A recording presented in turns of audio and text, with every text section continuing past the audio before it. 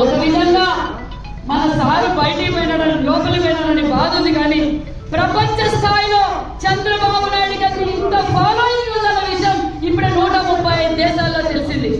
కాబట్టి జగన్మోహన్ రెడ్డికి అర్థమైపోయింది, తెలుగుదేశం పార్టీ అధినేత దగ్గర నుంచి కార్యకర్త వరకు ఆదరం బెదరం చెదరం మేము సంసిద్ధంగా ఉన్నామని మనమందరం యుద్ధానికి ఆయన సిద్ధమన్నాడు. మన సంసిద్ధం ఎప్పుడో అయిపోయాం. కాబట్టి ఇంకో విషయం, పెద్దలందరూ ఉన్నారు, బూత్ వైజ్ గా మనం వెళ్ళడానికి సమయం లేదు. పెద్దలందరూ కూర్చొని ఏ పంచాయతీలో ఏ బూత్ లో ఏది ఏమనేది మన గ్రౌండ్కి వెళ్ళాలి.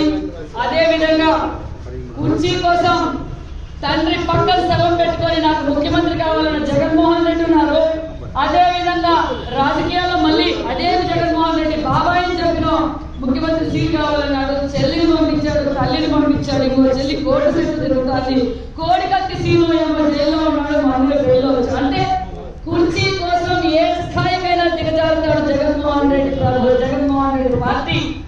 కాబట్టి మనమందరం సైనికుల్లా పనిచేయాలి. అదే విధంగా ఈ రాష్ట్రం నాశనం అయిపోతుంది అని చెప్పి పెద్ద మనసుతో జనసేన అధినేత పవన్ కళ్యాణ్ గారు కూడా మనతో వచ్చారు. ఎందుకంటే జనసేన సైనికులు, తెలుగుదేశం పార్టీ కుటుంబ సభ్యులు అందరూ కలిసి రాజకీయాలు కాదు, రాష్ట్ర